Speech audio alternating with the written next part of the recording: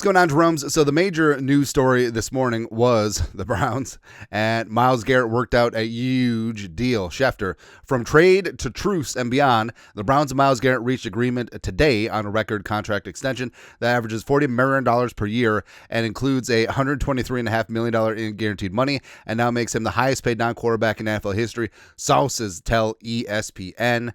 And also Garrett has $100 million in the first 3 years in cash flow. Pretty good, or the first 2 years. Doesn't really matter. It's a lot of money. Future first ballot Hall of Famer. And what's interesting is that earlier in this offseason, Myles Garrett had put the old tomato out there, requests a trade from Browns, says he wants to win a Super Bowl. While I've loved calling this city my home, my desire to win and compete on the biggest stages won't allow me to be complacent. It was on February 3rd. And so apparently that was a lie. Our guy Reflog resolved that Myles Garrett issue. So basically, problems with competitiveness, front office, fans, ownership. Put that money on. Now, in fairness to Myles Garrett, maybe it's a spot where he and his agent realized that the Browns were never going to trade him, which was the line that ownership and executives had taken. And also owner Jimmy Haslam refusing to meet with Myles Garrett. Maybe it's because an extension was in the works. He didn't want to screw it up.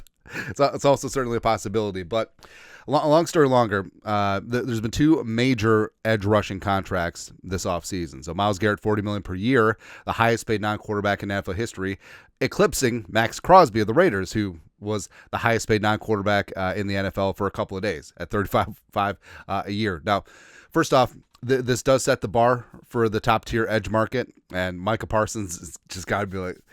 So the Cowboys keep kicking themselves in the nays because they just wait so long to extend their guys, and then all of a sudden their contracts get leapfrogged, and the longer you delay a contract, the more it's going to cost you. That's what happened with Dak. That's what happened with CD. That's what happened with Trevon Diggs. That's what's going to happen with Parsons. They may have to get rid of Parsons because they can't afford him, which is hilarious to me. It's almost like the Cowboys are on a different salary cap level because they mismanage their cap so badly.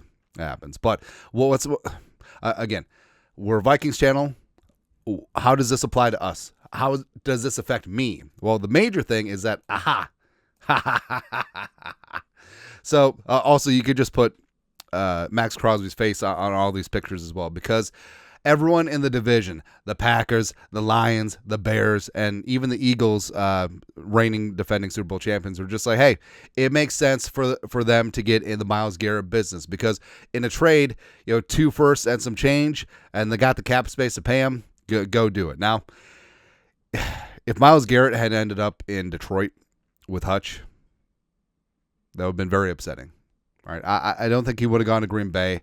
And also, he said he allegedly wants to win, so the Bears is a non-starter, literally. But also, imagine Myles Garrett got to the Eagles with Jalen Carter and Jordan Davis. Just ridiculous. So that's how it affects us, the Vikings, because now it means that Myles Garrett is not going to be in division, which is going to be great. Also, this is pretty fantastic. Our guy Sean Borman, Myles Garrett, $40 million per year. Max Crosby, $35.5 per year. Nick Bosa, $34 million per year.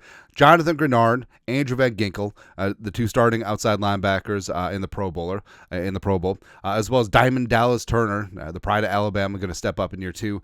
$33 million. Again, you can criticize Kwesi for a lot of things. This is not one of them.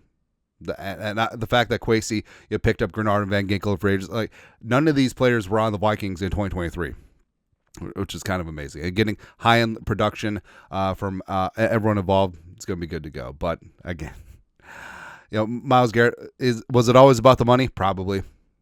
Like, honestly, was this some BS? I'd say it's like 95% BS. I mean, 5% probably thinks that he wants to win, except the Browns are never going to threaten for a Super Bowl anytime soon. And Myles Garrett just be like, you know what? I tried. We got paid $350 million over my career. I'm a first ballot Hall of Famer. Just, it happens. I'm the defensive end version of Joe Thomas.